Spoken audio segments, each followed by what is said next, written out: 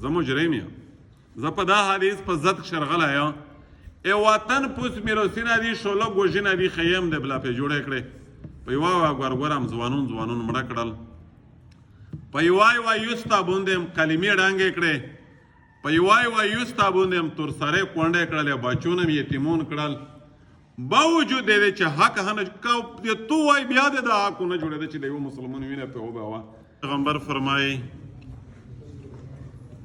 من اخذ من الارض شيء بغير حق خسف به يوم القيامه الى 7 ارضين. چې کیم سړی په دا دنیا کښې په ظلم سره د چا مځکه قبضه کو، په ورځ د قیامت وې الله پاک په دا مځکه اوم مځکه ته وی الله جل شانه دا سړی ورڅېړی ډېره سخته سزا ده. په بل روایت شردریمي من اخذ ارضا بغیر حقها کلف ان يحمل ترابها المخشره. چې د چا مځکه په دا دنیا قبضه کې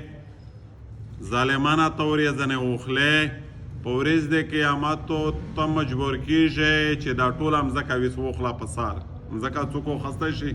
بیا چې وی تړلی وی هیڅو رئیس تیشته مخه د هنه وي حکم خو ډېر سخت دی. یو بل هم روایت دی چې چا یوال ویشت مځکه د چا قبضه کړه کلف الله عز وجل ان یغفره، الله جل شانه دغه سړی په دا مقرر کو تکلیف ورکوي دا مځکه کنه حتی یبلغ آخر 7 ارضین، چې تر څو پوره اومه مځکه ته نه وي رسېدلی، ثم یطوقه الى یوم القیامه حتی یقضى بین الناس. بیا وی دره خدای پاک دا مځکه غوړه ته وی راچوي چې تر څو پوره د قیامت حصو بشری نه وي. اصل شی په غوټو د حدیث نتیجه دا وه چې څوک دا د چا مځکه نه لوندې کوي، آکا په ظلم واهه، آکا په زبردستی واهه، آکا په دوکا وا، آکا په غلا وا، آکا په کیم نارو صورت وي چې پردی مځکه په خپل تحویل کښې د روخلې سنبال یې کې غضوبینه دا دي پې باندې.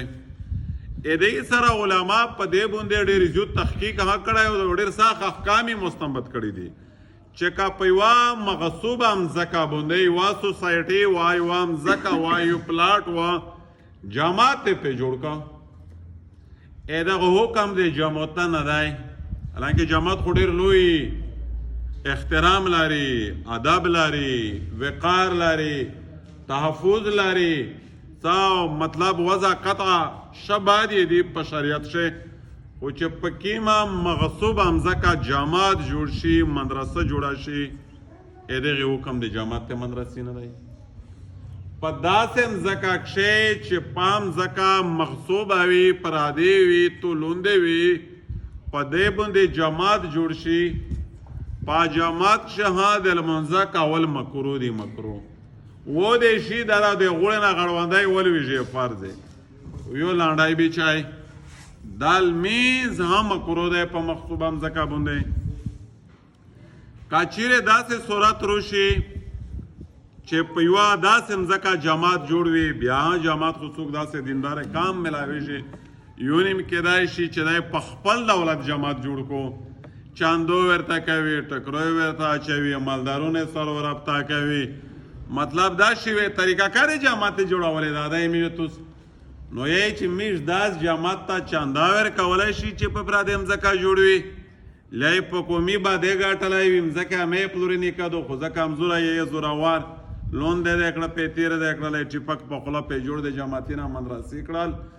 هغې جماعت مدرسه ته پیسې هم نه شو ورکولی چې په پردې مځکه جوړ وي. دا استعانت فی ګناه په خبرې کښې دا خو خلک ملتړ کول دي. نو چې یورې یوه مغصوبه مځکه دومره سخت احکام په شریعت کښې لري چې جماعت هم نه شي پې جوړولی، مدرسه هم نه شي پې جوړولی، په هغې جاموته کښې لمونځ هم مکروه دی، هغې ته ریپې ورکول جاموته ته ورکول ټیک نه دي.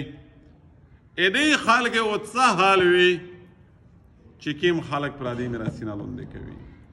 نه ځنې خبرې کښې مې ژورنې داسې چې کلم کله مبتلا یې